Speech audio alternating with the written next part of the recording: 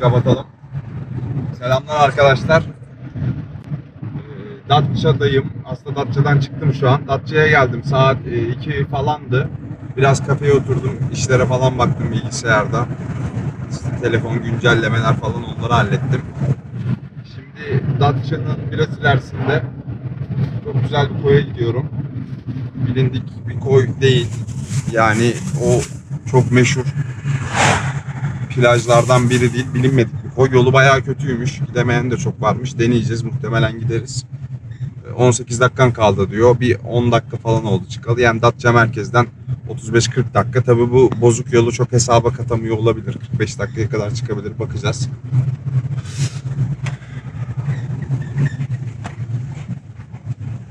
Kahvaltıdan beri hiçbir şey yemedim. Saat şu an 4.30 oldu. Biraz geç kaldım aslında. İşlerim biraz uzun sürdü. Bugün de İzmir'de büyük bir deprem olmuş. 7 mi 6-8 mi ne? Datça'da da bayağı hissedildi. Kafedeydim. Bayağı hissedildi. İzmirli arkadaşlara geçmiş olsun. Sanırım yıkılan binalar olmuş. Gerçekten çok üstsüz. Çok bakamadım çıkmak zorunda olduğundan. Çok geç kaldığımdan. Beni de çok fazla arayan oldu. Akrabalar, arkadaşlar falan. Turda olduğum için, tam nerede olduğum da belli olmadığı için her zaman. Ben iyiyim. Yani bir şey olmadı zaten Datça'da o kadar.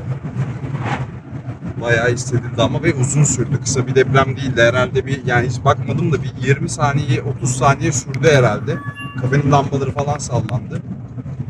Masada sallandı ki ben öyle kolay kolay depremi de hissetmem. Kamp yerine varayım. Hızlı bir şekilde yemek hazırlayacağım. Çadırımı kurmam lazım. Zaten tam çadırı toplarken bugün orada sabah yağmur başladı. Hava güneşliyken bir anda biraz ıslak topladım. Yolda çeşme buldum. Güzelce şeylerimi falan yıkadım. İşte kap, çanak, onların hepsini güzelce yıkadım, sabunladım. Çok bir işim yok. Çadırı kuracağım. Hızlı bir şekilde bir yemek hazırlayıp yarım saat, zaten 4.30 oraya vermem rahat rahat 5'i bulur.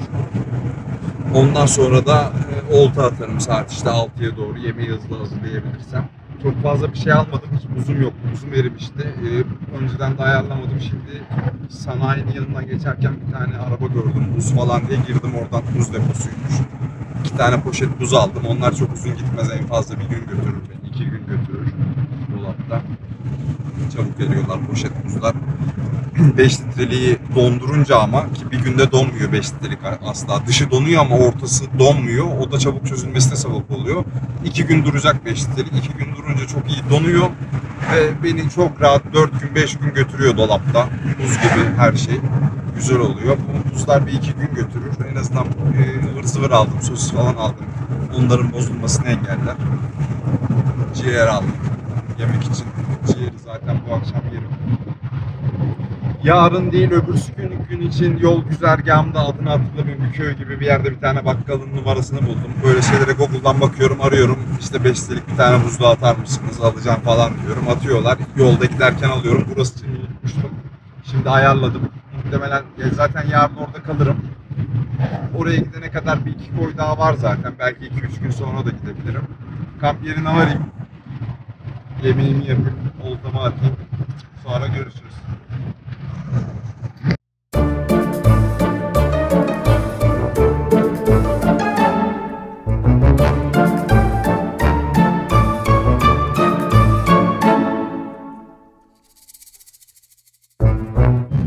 Ya bu Allah'ın belası Yandex bizi yanlış yoldan götürmüş ya. 15 dakika boşuna. Ya hatta 15 dakika değil, şu ana yolu da sayarsak bir 20 dakika herhalde boşuna yol geldim. Şimdi geri dönüyorum.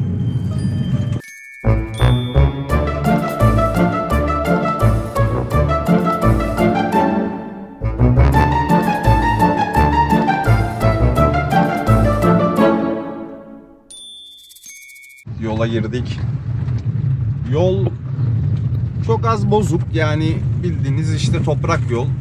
İnternette yorumlarda işte çok bozuk, arabanızın lastiğini yarmak istiyorsanız girin falan gibi yorumlar vardı da arkadaşlar gerçekten komik. Bu insanlar hiç Doğu Karadeniz'deki yaylalara çıkmamışlar, bozuk yol görmemişler. Yani yol tabii ki de bozuk. Bozuk dediğim kum üstünde full taşlı olduğu için tıngır tungur gidiyor. Yani 20 ile gidiyorsunuz, çok sesi. Yani öyle abartacak bir şey yok. taşlı yol. Yavaş gidiyorsunuz mecbur ama binek arabayla falan bile gelinir yani. Hiçbir sıkıntı yok en azından şu ana kadar. İleride herhalde çok daha kötü bir yola gireceğiz, emin değilim. Orada tekrar bir güncelleme yapacağım. Ama bu Durusu Evleri yolundan geliyorsunuz zaten. Durusu Evleri tabelasını takip ediyorsunuz sürekli. Yok, Durusu Çiftlik Evleri. Durusu Çiftlik Evlerini takip ediyorsunuz. Toprak bildiğiniz yol. Sadece toprak full taşlı olduğu için zangır zungur yapıyor. Yavaş geliyorsunuz. Aslında bu bir yandan daha iyi. Yağmurda, karda falan çamur, bataklık olmaz. En azından saplanma durumunuz olmaz. Şimdi kapatayım. İleride tekrar yol güncellemesini paylaşacağım. Yine bir yol ayrımına geldik. Mesela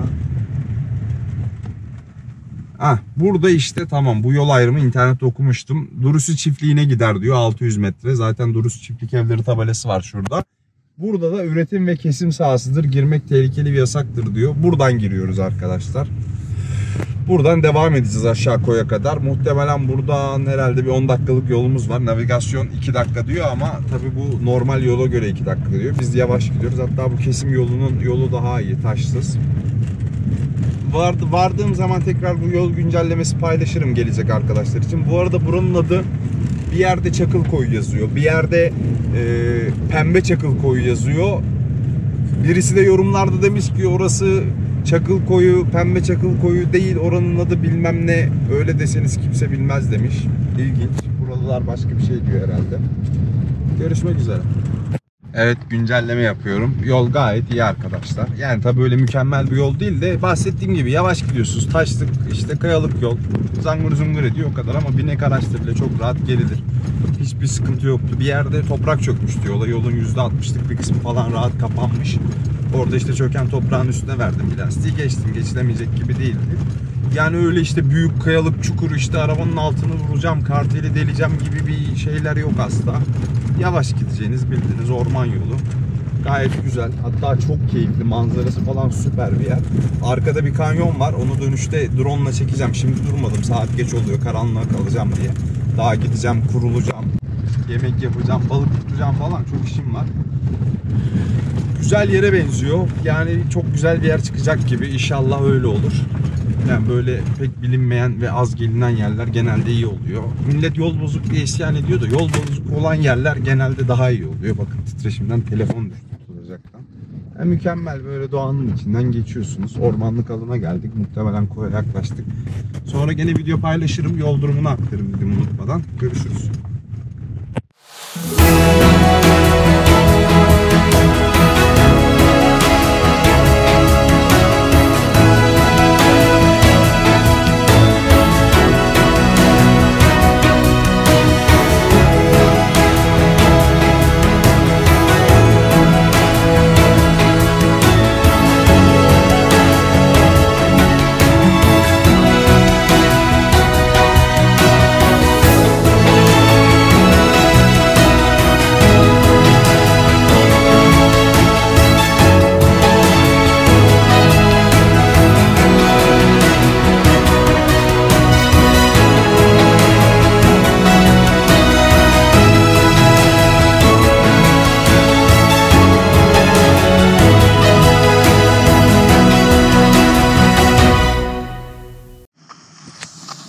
Selamlar herkese. İyi akşamlar. Mekana geldim arkadaşlar. Çok oldu tabi. Kahveyi biraz fazla unutunca bütün köpüğü gitti.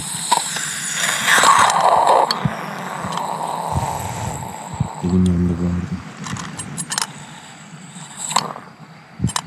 Mekana geldim. Hızlı bir şekilde yemek yaptım. Ciğer vardı, tavuk ciğeri. Soğanı kavurdum önce güzelce. Bu sefer pembeleşinceye kadar kavurdum ama. Sonra ciğerleri kavurdum. Üstüne bir tane de domates, kekik, karabiber, tuz. Mis, temiz. Karnımı doyurdum. Acıkmıştım bayağı. Sabah çünkü bugün 6'da kalktım. 8'de falan da kahvaltı ettim. Bugün acıktım. Çabuk yedim. Akşam zaten benim yediğimde herhalde 6.30-7 falandı. Bayağı acıktım. 12 saat olmuş. Yemeğimi yedim hızlıca. Sonra hemen çadır kurdum. Çadır burada. Araba burada. Önüm deniz. Tabii şu an göremiyorsunuz. Hatta yan tarafta iki tane abi var. Çok ısrar ettiler. Gel Hani burada kal. Ben yer bakıyordum. Ya bu çok büyük bir yer burası. Hele bunun altı kumsal. Bayağı büyük. Şu an gece gözükmez. Yarın gözükecek. Bayağı büyük bir yer. Yani burada 100 tane çadır gelse çok rahat kalır. Sıkıntı olmaz. Bir de bunun arka tarafı var, orman kısmı. Yani burada 200 çadır bile kalır. Bayağı geniş bir yer. Gördüğüm en büyük koylardan biri bugüne kadar. Bayağı büyük. Abiler çok ısrar etti. Gel hani yakınımızda ol, muhabbet sohbet ederiz, takılırız diye. Ben de bir aydır insan görmüyorum. Dedim bari tamam hadi kalayım. Zaten hani öyle ses yapacak bilmem ne yapacak insanlar değiller. Babam yaşında insanlar. En az 50 varlardır herhalde. Dalıyorlarmış falan hem de. Şimdi onları olta atıyorlar. Ben spin yaptığım için tabii gece karanlıkta artık yapmıyorum. Gittim 1 saat falan, hatta 1 saat bile değil, yarım saat 40 dakika attım, hiç vuruş bile yok, bıraktım geldim. Zaten yorgunum bugün. Bu arada bugün İzmir'de deprem olmuş. İzmirli herkese geçmiş olsun. Datça'daydım ben, o ara merkezdeydim. Kafede oturuyordum, biraz işlere falan bakayım dedim. İnternet, bilgisayar, bayağı bir sallandı kafe. Zaten bir 15 dakika sonra falan da telefon çalmaya başladı sürekli. En az bir 10-15 kişi aradı. Herkes tabii yolda oldum biliyor. Bir aydır yolda olduğum için görüyorlar. Merak etmişler, hani İzmir'de misin şöyle böyle falan diye. Bana bir şey olmadı Allah'a şükür. İnternet, oradan zaten yola çıktım, hemen geç kaldım. İnternet burada biraz çekiyor. İyi, fena değil. Herhalde İzmir'in durumu bayağı sıkıntılı. Yıkılan yerler falan varmış. Gerçekten çok üzüldüm. Keşke ben oralardayken, yani şu an oralarda olsaydım, ne bileyim, belki birine yardımcı olabilirdik, birini kurtarabilirdik, bir işin ucundan tutabilirdik. Keşke yani şu an orada olsaydım diyorum ki İzmir'i es geçtim. İzmir'de hiç kamp yapmadım. Pek güzel yerler yok. Bu taraflar daha iyi. Zamanım da daralıyor çok uzun oldu diye. Keşke şu an oralarda olsaymışım. Allah herkese sabır versin. Umarım can kaybı falan olmaz. Yani şimdi tekrar bakacağım ama durum kötü gözüküyor. 2020 gerçekten bok gibi bir yıl arkadaşlar. Çok net söyleyeceğim. Yani bu 2020'de başımıza gelmeyen kalmadı. Sirius bizi mahvetti. Artık şu kötülükler silsilesinden kurtulsak, ekonomimiz de hani birazcık böyle iyiye gitse de artık can çekişmesek. Yemin ediyorum ben tura çıkarken dolar 6.70 falandı. Şimdi 6.70 diyorum ya. Nerede? Keşke 6.70 olsa. 7.70 falandı. Şimdi 8.15'ti en son ya. Vallahi ya, ben dönene kadar 10 falan olacak herhalde, bekliyorum. Sabah çekeceğim arkadaşlar buraları komple size. Şimdi gece öyle bir video çekeyim dedim. Çünkü hep video çekmeyi unutuyorum. Çok az video çekiyorum. Şimdi aklıma gelmişken bari karanlıkta olsa çekeyim, bari ses duyulur dedim. Gece gece. Görüşmek üzere. Günaydın herkese. Kalkalı bayağı oldu aslında. Ortam böyle. Gayet büyük ve geniş. Dün gece tabii gözükmüyordu plajı. Böyle bayağı büyük, geniş bir plajı var. Bu sadece ön kısım tabii. Denizi güzel, koy. Burası bayağı rüzgarlı bugün. Fırtına var. Biraz ağaçlar kesiyor ama gene bayağı var. Orman tarafı arkası da var çok. Böyle küçük girilecek yerleri var. Çadır şurada benim arabanın arkasında. Şu benim akşam taşıdığım büyük odunun izi. Şimdi gene ormana gidiyorum. Birkaç çalı çırpı vurulmaya. Abilerde büyük tencere var. Onlara güzel bir soslu yumurta yapacağım. Benimkiler küçük olduğu için yetmez hiçbirimize. O büyük tencereyi de tabii benim ocağa koyamayız. Küçük. Artık şuradan kuru odunu bulacağım. Geldiğim yoldan. Şu an tam geldiğim yolda hatırlamıyorum da şu ilerisiyle herhalde. İzmir'deki deprem bayağı da büyükmüş gerçekten. Çok canımı sıktı. Dün akşam gitmeyi de düşündüm tekrar. İçime sinmedi. Valilik İzmir'e girişleri kapatmış. Gitsem ne yapacaktım onu da bilmiyorum da belki bir taşın ucundan tutsak o bile bir şeye fayda olurdu. Herhalde 16 tane şu an ölü var. Yüksek bırakan. Daha da yükselecektir muhtemelen. Üzücü vallahi, çok üzücü. Bu 2020 gerçekten artık yani böyle baydı. Olmayan bir şey kalmadı. Bir kıyamet kaldı geriye. Bir de kıyamet kopsa yemin ediyorum zirvede tamamlayacağız. Ne desek boş. Bu geldiğimiz yol plajı çok büyük ya. Bakın orada çok güzel bir ağaç altı koy var, gölgelik. Onun ön tarafı var. Yüzerek yan tarafta küçük bir koy var, oraya geçebilirsiniz. Uzak değil, yakın. Çalı çırpı odun sıkıntısı yok. Ormanda çok var. Tabii hemen ilk yakın olan yerleri toplamışlar ama şuralarda falan da var. Bir şuralara bakacağım. Büyük bir parça bulurum belki.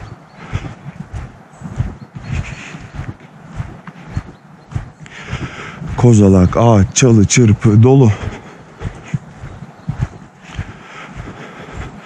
Bu arada dün videoda söyledim bilmiyorum. Yolun bir tek son işte bu 50-100 metresi birazcık sıkıntı. Ya bu da sıkıntı değil de eğer çok yağmur çamur olursa iki lastik geçerken işte arabanın ortası için biraz yüksek olabiliyor. Gene de geçilebilir bence binek araçla diye düşünüyorum. İşte yol hani taşlı yolda takır tukur ama daha rahat diyordum ya, işte çamurlu yolda da taş olmayınca da işte böyle arabalar geçe geçe göçüyor, ortası çıkıyor. Taşlık kayalık olsa en azından böyle bir şey olmaz. Takır tukur gidiyorsunuz ama bir şey olmuyor. Burada domuzlar falan gelmiş, eşelemişler. Domuz buralarda vardır arkadaşlar. Dağ sonuçta. Domuzdan bir şey olmaz yani. Domuzdan hep korkmanıza gerek yok açıkçası. Ben Karadenizliyim. Kastamonu Cideliyim. Bizim orada da çok yaban hayvanı var. Domuz, ayı, kurt vesaire. Bizim oradaki domuzlar tabii birazcık daha sıkıntı çünkü bizim oradakiler vahşi. İnsanlar avlıyor onları, tarlalarına zarar verdikleri için falan vuruyorlar. Ya da gelince tüfek atıyorlar havaya, korkutuyorlar. Tabii hayvanlar çok daha tedirgin oluyorlar. Tedirgin olunca da daha saldırgan olabiliyor. Genelde domuzlar sürüyken saldırmaz zaten, tekken saldırırlar. Sürüyken kaçarlar. Tekken herhalde hani bir savunma mekanizması, ne yapacağım ne edeceğim diye saldırıyorlar. Bizim oradakiler biraz daha vahşi, saldırgan olabiliyor. Zaten böyle kolay kolay hayatta insana yaklaşmaz bir yaban hayvanı. Sesini, kokusunu duyunca kaçar vesaire. Ama bu Ege bölgesindekiler artık evcilleşmişler. Yani insanlarla iç içeler, insanlar onları besliyor. Çok hani korkulacak bir şey olduğunu sanmıyorum açıkçası. Ya siz de içiniz rahat olsun. Pek bu işleri yapmayan insanlar tabii çekinebiliyor ama çok korkmayın. Yani en fazla yanınızda torpil bulundursanız, öyle bir ses duydunuz bilmem ne, atın bir tane torpil. Zaten hayvan kaçar gider. Gece yatmadan bir tane atabilirsiniz. Burayı da bakın, bir hayvan böyle kendine yuva gibi yapmış, oymuş, takılmış orada. Ne oldu hakkında hiçbir fikrim yok. Odun çok var ama çoğu yaş. Bunlar ya yağmuru yiyince böyle yaş olmuş. Çünkü yani içleri yaş değil, kuru ama suya emmişler. Yağmurdan söndü muhtemelen. Orada da çok büyük göçen bir tane ağaç var mesela. Var yani burada odun çok bol. Mesela bu çok kuru, bomboş içi, 10 numara yanar hızlı bir şekilde. Buradaki ağaçlarda bir de hastalık var sanırım. Yanları simsiyah, böyle yanmış gibi. Bir kene çeşidiydi, yanlış hatırlamıyorsam vardı. Doğu Karadeniz'de görmüştüm ben de onu. Ağaçları falan yiyip çürütüyordu. Orada onlar için tuzak gibi şeyler kurmuşlar. Fenere benziyor, böyle her yerde vardı.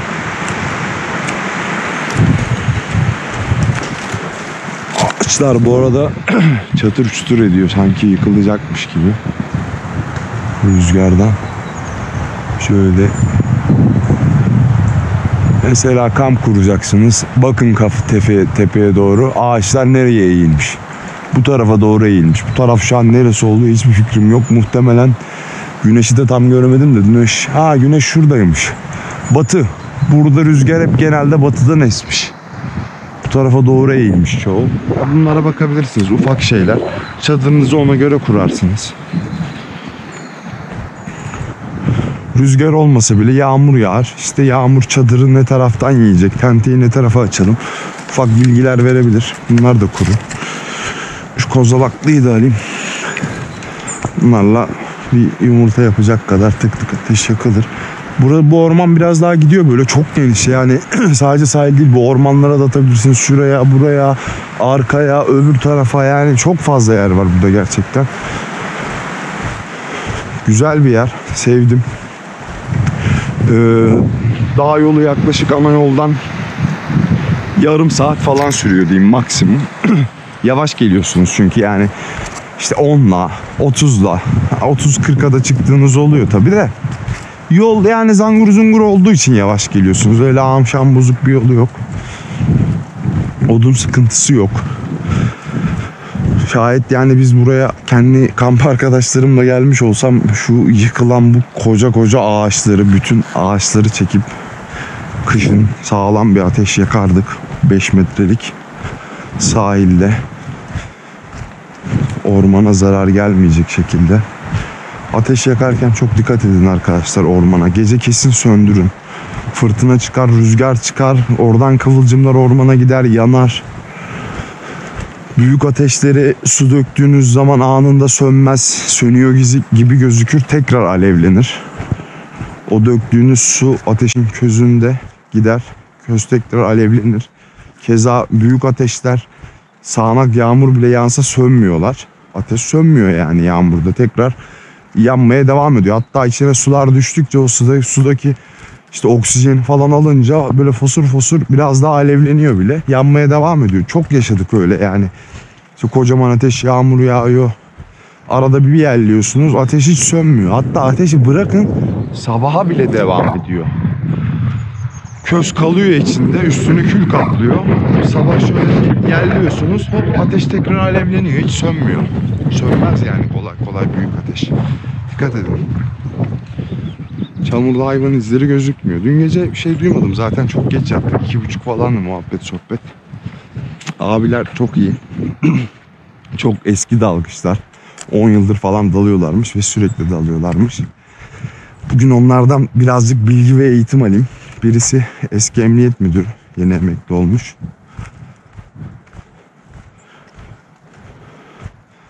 Ortam gördüğünüz gibi süper.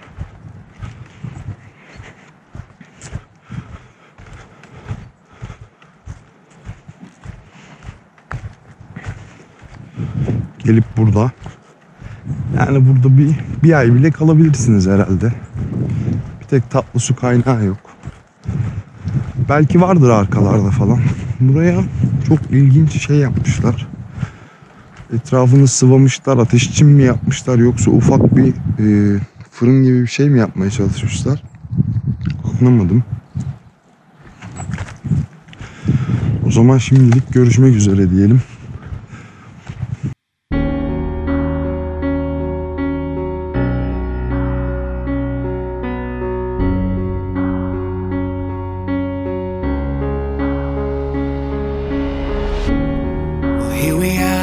Living in the moment,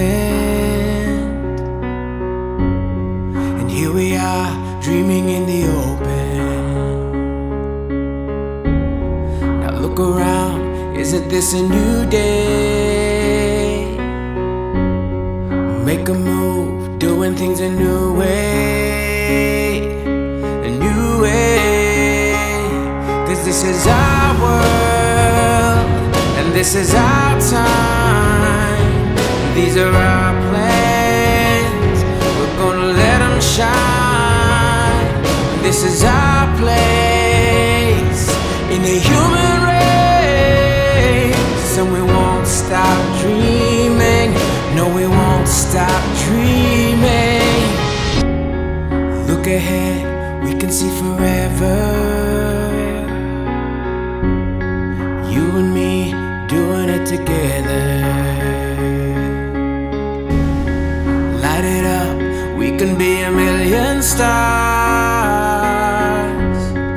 Look at us, don't you see we've come so far? Yeah, we've come so far. 'Cause this is our world, and this is our time, and these are our plans, we're gonna let them shine. This is our place in the human race, and we won't stop dreaming. No, we won't stop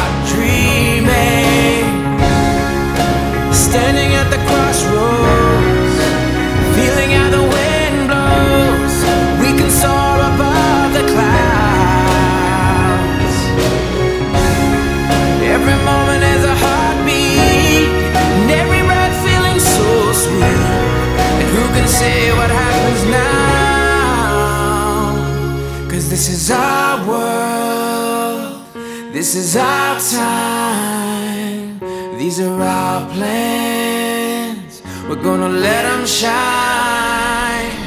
This is our place in the human race, and we won't stop dreaming, no we won't stop dreaming.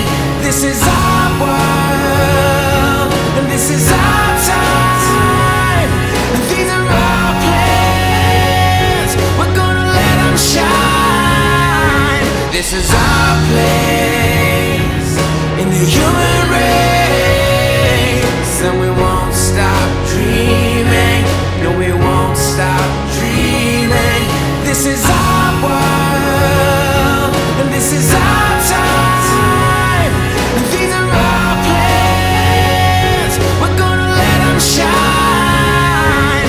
This is our place in the human race, and we won't stop dreaming, no we won't stop dreaming, we won't stop dreaming.